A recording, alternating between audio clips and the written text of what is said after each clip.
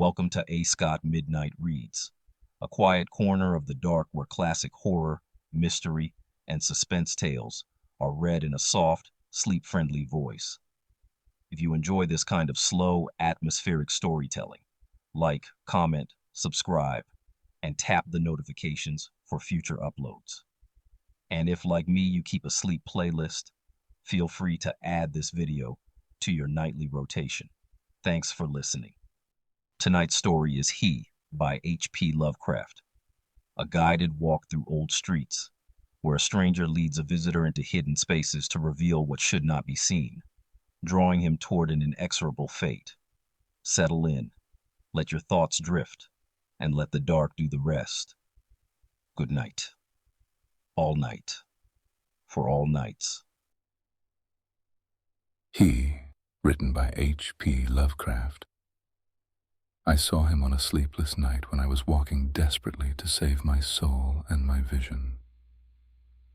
My coming to New York had been a mistake, for whereas I had looked for poignant wonder and inspiration in the teeming labyrinths of ancient streets that twist endlessly from forgotten courts and squares and waterfronts to courts and squares and waterfronts equally forgotten, and in the cyclopean modern towers and pinnacles that rise blackly Babylonian under waning moons, I had found instead only a sense of horror and oppression which threatened to master, paralyze, and annihilate me.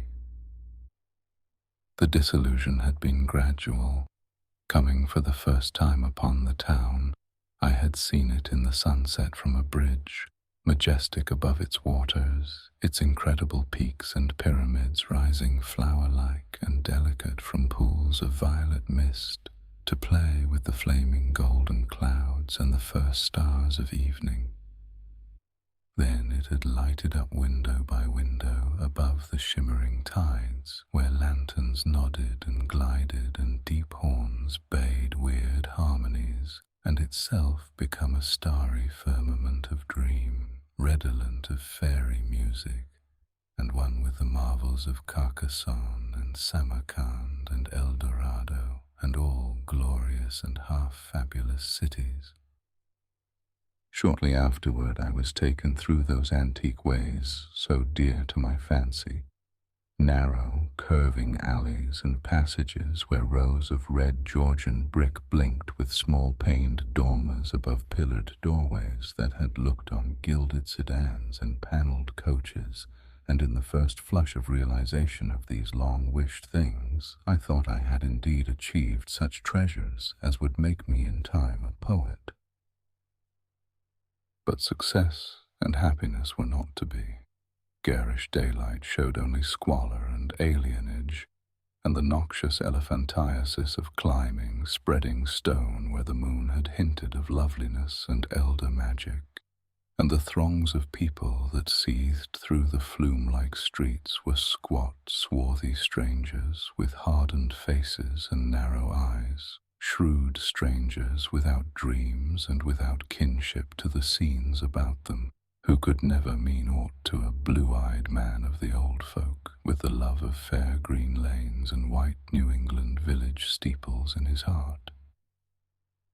So instead of the poems I had hoped for, there came only a shuddering blankness and ineffable loneliness, and I saw at last a fearful truth which no one had ever dared to breathe before, the unwhisperable secret of secrets, the fact that this city of stone and strider is not a sentient perpetuation of old New York as London is of old London and Paris of old Paris, but that it is in fact quite dead, its sprawling body imperfectly embalmed and infested with queer animate things which have nothing to do with it as it was in life.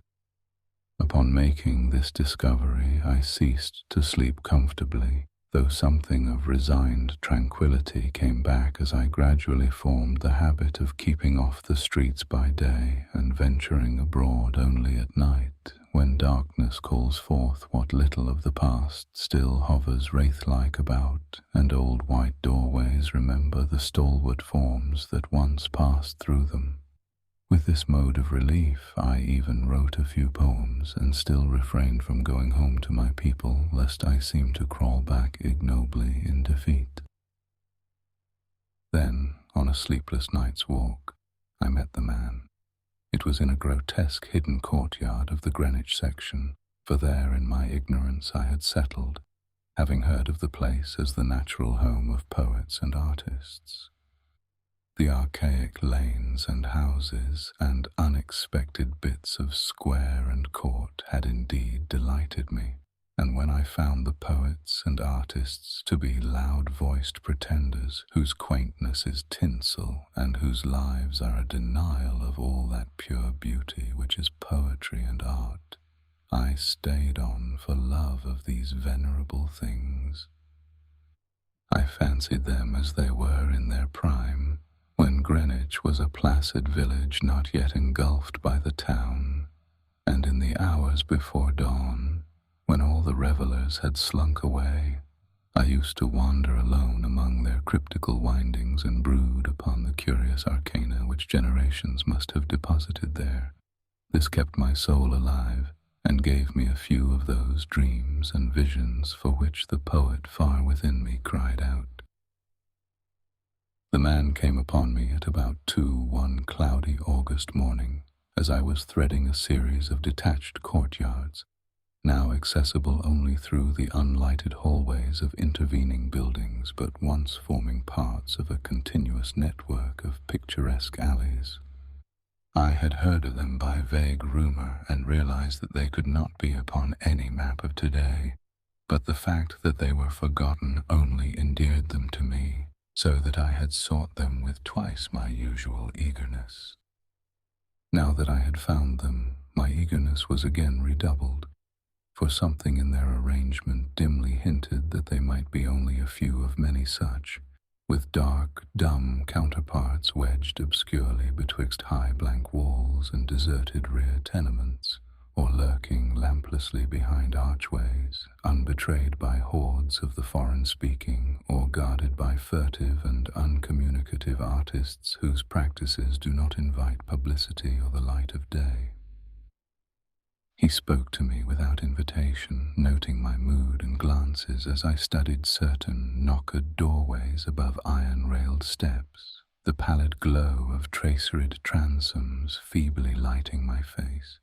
His own face was in shadow, and he wore a wide-brimmed hat which somehow blended perfectly with the out-of-date cloak he affected. But I was subtly disquieted even before he addressed me.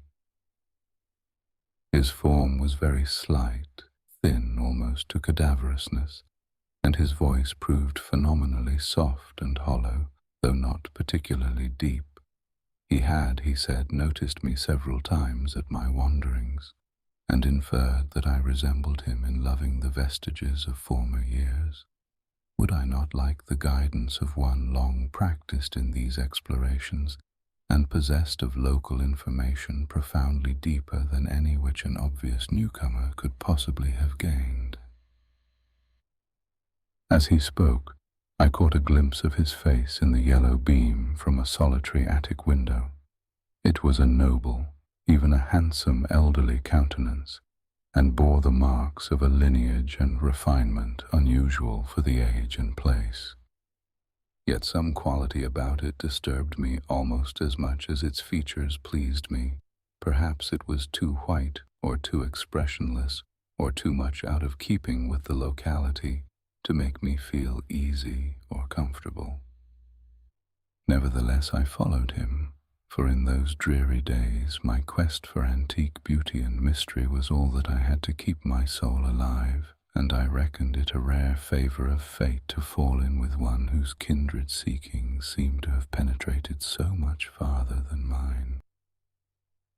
Something in the night constrained the cloaked man to silence, and for a long hour he led me forward without needless words, making only the briefest of comments concerning ancient names and dates and changes, and directing my progress very largely by gestures as we squeezed through interstices, tiptoed through corridors, clambered over brick walls, and once crawled on hands and knees through a low arched passage of stone whose immense length and tortuous twistings effaced at last every hint of geographical location I had managed to preserve.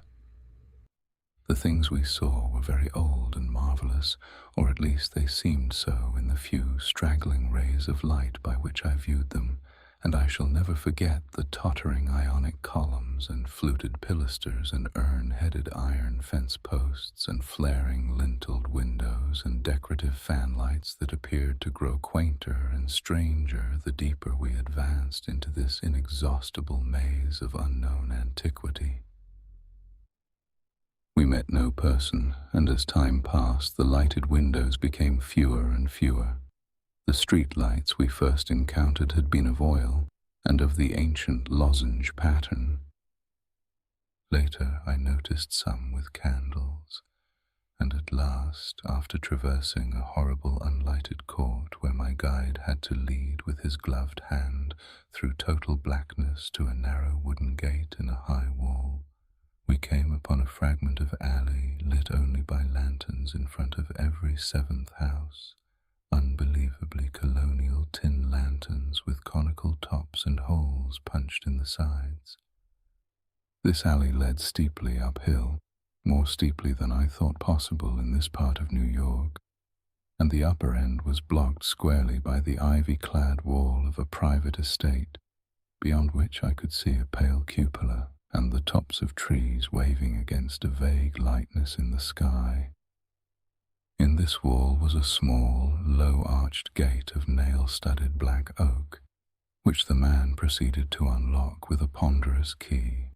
Leading me within, he steered a course in utter blackness over what seemed to be a gravel path, and finally up a flight of stone steps to the door of the house, which he unlocked and opened for me.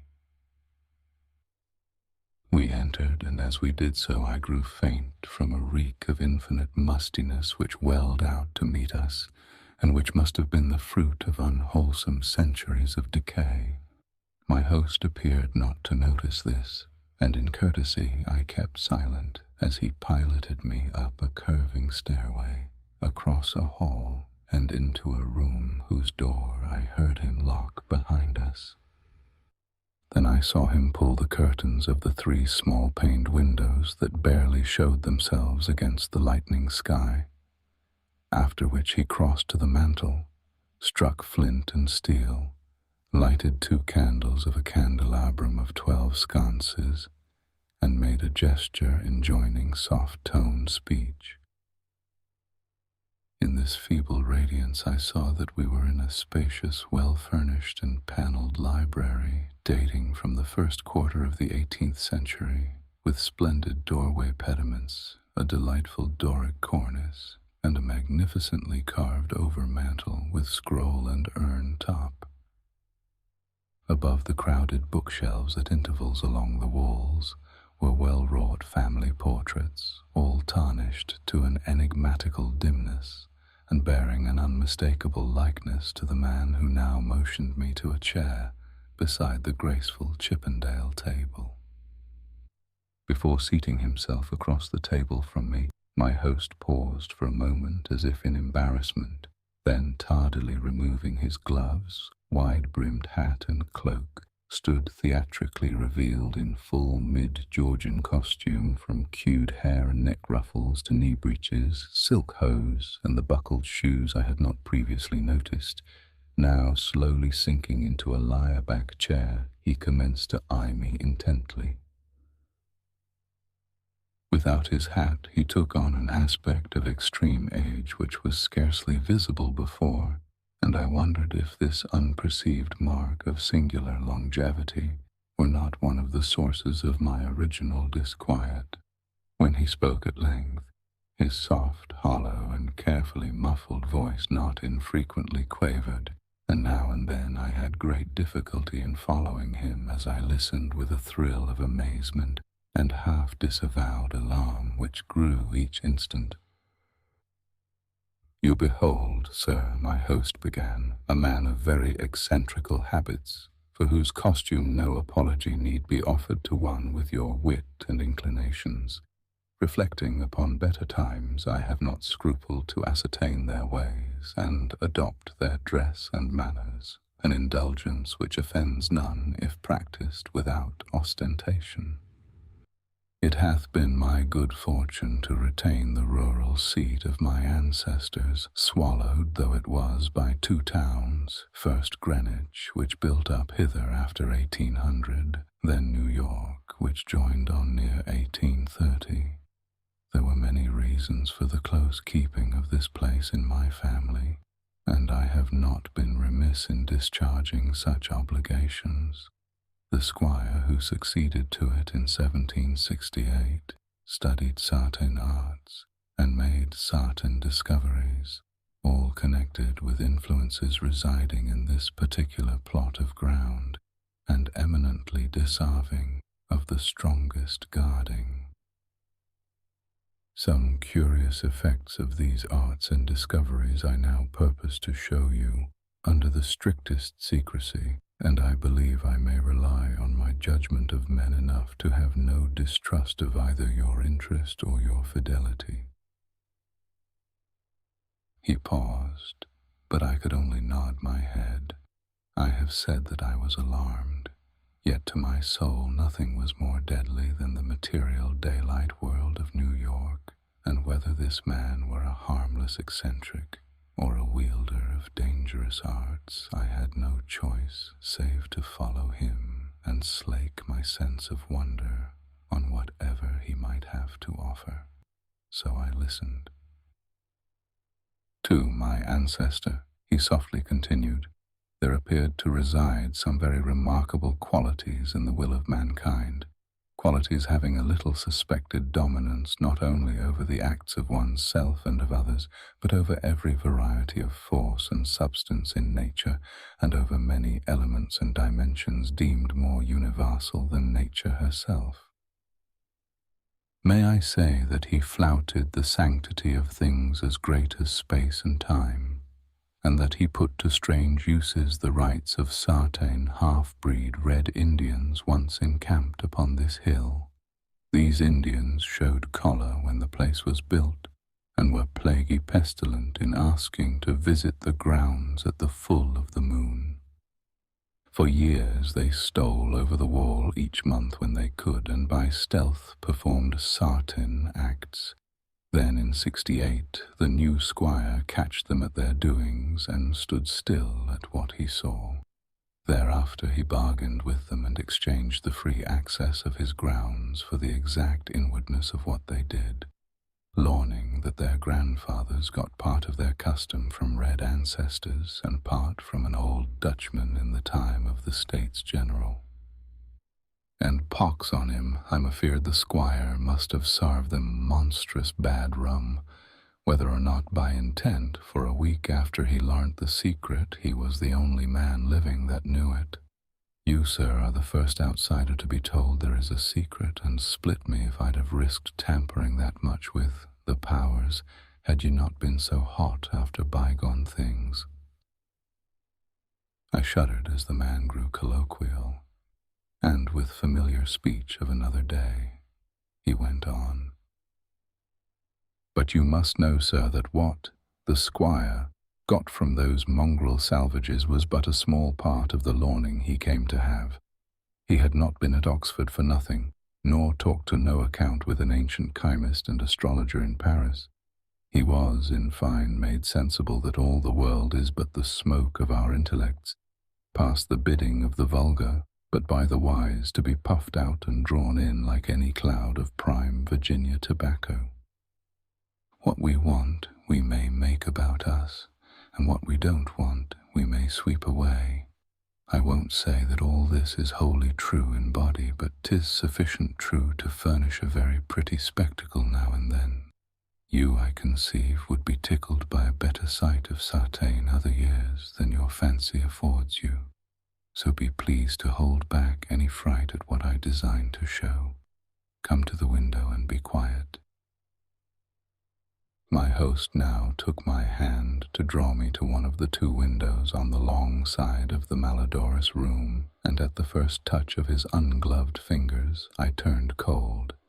His flesh, though dry and firm, was of the quality of ice, and I almost shrank away from his pulling. But again I thought of the emptiness and horror of reality, and boldly prepared to follow whithersoever I might be led. Once at the window, the man drew apart the yellow silk curtains and directed my stare into the blackness outside. For a moment I saw nothing save a myriad of tiny dancing lights far, far before me. Then, as if in response to an insidious motion of my host's hand, a flash of heat lightning played over the scene, and I looked out upon a sea of luxuriant foliage unpolluted, and not the sea of roofs to be expected by any normal mind. On my right the Hudson glittered wickedly, and in the distance ahead I saw the unhealthy shimmer of a vast salt marsh constellated with nervous fireflies. The flash died, and an evil smile illumined the waxy face of the aged necromancer. That was before my time, before the new squire's time. Pray let us try again. I was faint, even fainter than the hateful modernity of that accursed city had made me. Good God, I whispered, can you do that for any time? And as he nodded and bared the black stumps of what had once been yellow fangs, I clutched at the curtains to prevent myself from falling. But he steadied me with that terrible ice-cold claw and once more made his insidious gesture. Again the lightning flashed, but this time upon a scene not wholly strange. It was Greenwich, the Greenwich that used to be, with here and there a roof or row of houses as we see it now, yet with lovely green lanes and fields and bits of grassy common. The marsh still glittered beyond, but in the farther distance I saw the steeples of what was then all of New York, Trinity and St. Paul's and the brick church dominating their sisters, and a faint haze of wood smoke hovering over the whole. I breathed hard, but not so much from the sight itself as from the possibilities my imagination terrifiedly conjured up. Dare you go far? I spoke with awe, and I think he shared it for a second, but the evil grin returned. Far? What I have seen would blast ye to a mad statue of stone. Back, back, forward, forward, look, ye puling lackwit. And as he snarled the phrase under his breath, he gestured anew, bringing to the sky a flash more blinding than either which had come before. For full 3 seconds I could glimpse that pandemoniac sight, and in those seconds I saw a vista which will ever afterward torment me in dreams. I saw the heavens verminous with strange flying things, and beneath them a hellish black city of giant stone terraces with impious pyramids flung savagely to the moon and devil lights burning from unnumbered windows. And swarming loathsomely on aerial galleries I saw the yellow, squint-eyed people of that city, robed horribly in orange and red, and dancing insanely to the pounding of fevered kettle drums, the clatter of obscene crotala, and the maniacal moaning of muted horns whose ceaseless dirges rose and fell undulantly like the waves of an unhallowed ocean of bitumen. I saw this vista, I say, and heard as with the mind's ear the blasphemous domdaniel of cacophony which companioned it. It was the shrieking fulfillment of all the horror which that corpse city had ever stirred in my soul, and forgetting every injunction to silence, I screamed and screamed and screamed as my nerves gave way and the walls quivered about me. Then, as the flash subsided, I saw that my host was trembling too, a look of shocking fear half blotting from his face the serpent distortion of rage which my screams had excited. He tottered, clutched at the curtains as I had done before, and wriggled his head wildly like a hunted animal. God knows he had cause, for as the echoes of my screaming died away, There came another sound so hellishly suggestive that only numbed emotion kept me sane and conscious. It was the steady, stealthy creaking of the stairs beyond the locked door, as with the ascent of a barefoot or skin-shod horde, and at last the cautious, purposeful rattling of the brass latch that glowed in the feeble candlelight. The old man clawed and spat at me through the mouldy air and barked things in his throat as he swayed with the yellow curtain he clutched. The full moon, damn you, you yelping dog. You called 'em and they've come for me. Moccasined feet, dead men. Gad sink you, you red devils, but I poisoned no rum of yours. And I kept your pox-rotted magic safe. Ye swilled yourselves sick, curse ye, and you must needs blame the squire. Let go, you. Unhand that latch, I've naught for ye here. At this point, 3 slow and very deliberate raps shook the panels of the door, and a white foam gathered at the mouth of the frantic magician. His fright, turning to steely despair, left room for a resurgence of his rage against me, and he staggered a step toward the table on whose edge I was steadying myself. The curtains, still clutched in his right hand as his left clawed out at me, grew taut and finally crashed down from their lofty fastenings, admitting to the room a flood of that full moonlight which the brightening of the sky had presaged. In those greenish beams the candles paled, and a new semblance of decay spread over the musk-reeking room, with its wormy paneling, sagging floor, battered mantel, rickety furniture, and ragged draperies. It spread over the old man too, whether from the same source or because of his fear and vehemence, and I saw him shrivel and blacken as he lurched near and strove to rend me with vulturine talons. Only his eyes stayed whole, and they glared with a propulsive, dilated incandescence which grew as the face around them charred and dwindled. The rapping was now repeated with greater insistence, and this time bore a hint of metal. The black thing facing me had become only a head with eyes, impotently trying to wriggle across the sinking floor in my direction, and occasionally emitting feeble little spits of immortal malice. Now swift and splintering blows assailed the sickly panels, and I saw the gleam of a tomahawk as it cleft the rending wood. I did not move, for I could not, but watched dazedly as the door fell in pieces to admit a colossal, shapeless influx of inky substance starred with shining, malevolent eyes.